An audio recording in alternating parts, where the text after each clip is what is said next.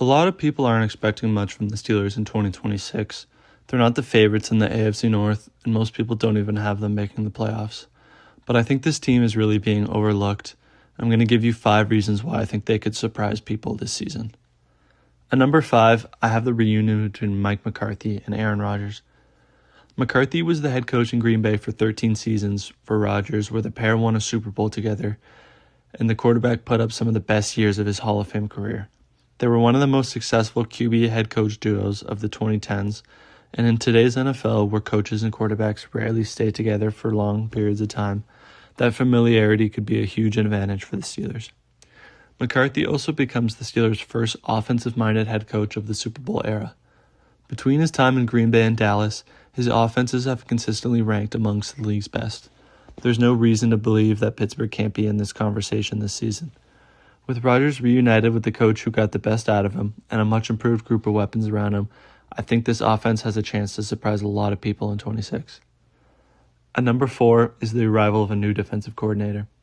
The Steelers had become a little predictable over the last few years on the defensive side of the ball, and whether that was Teryl Austin or Mike Tomlin or a combination of both, it was definitely time for a fresh approach.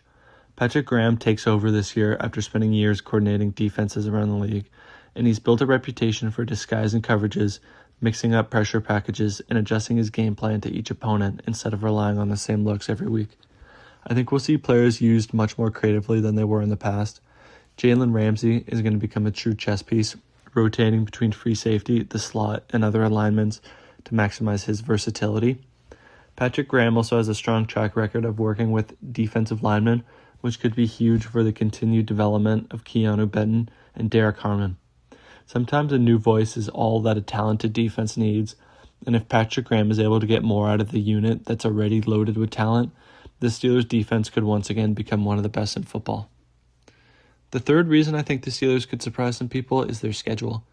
As most Steelers fans know, this team always finds a way to win games in the AFC North. In fact, over the last 10 seasons, Pittsburgh is 41-18-1 against division opponents and hasn't gone below 500 once in that span. That's a huge advantage in one of the toughest divisions in football. Outside of the AFC North, the schedule is also pretty favorable in 26.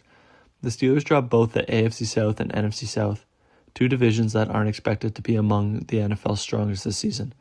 The combination of those 2 divisions also present a group of quarterbacks that are not amongst the league's best.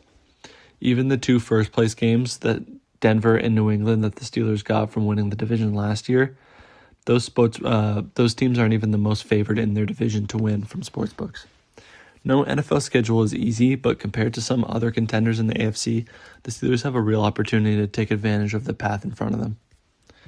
The second reason is the production increase.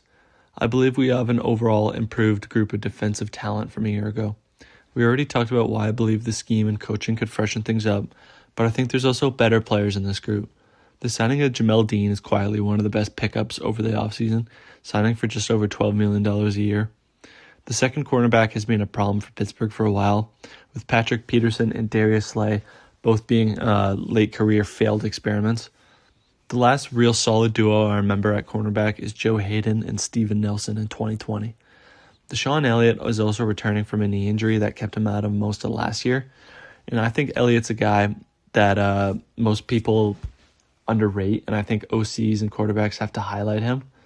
Dean and Elliott, plus the additions like Jaquan Brisker and Darnell Savage to round out some depth, make this secondary look really fierce.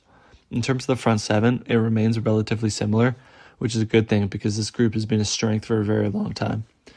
An improved run stuffer with Derek Harmon in year 2 could make this defense hard to move the ball against. Overall, the Steelers didn't lose any significant impact players on defense, while they added several. Number 1 reason is the offensive personnel improvements. The Steelers replaced Kenneth Gainwell with Rico Dowdle, which could provide a spark in the running game with a slight sacrifice in the passing game. The tight ends that matter, Pat Freiermuth and Darnell Washington, are still in town, and the ones that only played because of Artie Smith, Jonnu Smith, are gone. Calvin Austin was replaced with Michael Pittman, and Jeremy Bernard was added to be the wide receiver 3. In the draft, the Steelers went and got Max Ahenachor in the first round out of Arizona State to be one of their long-term tackles, while retaining key pieces like Troy Fratanu, Zach Frazier, and Mason McCormick. Overall, this offense improved or stayed constant at each position group. As mentioned previously, mixing in an offensive-minded head coach, one with over a decade of experience with Rodgers, this offense has the potential to be scary in 2026.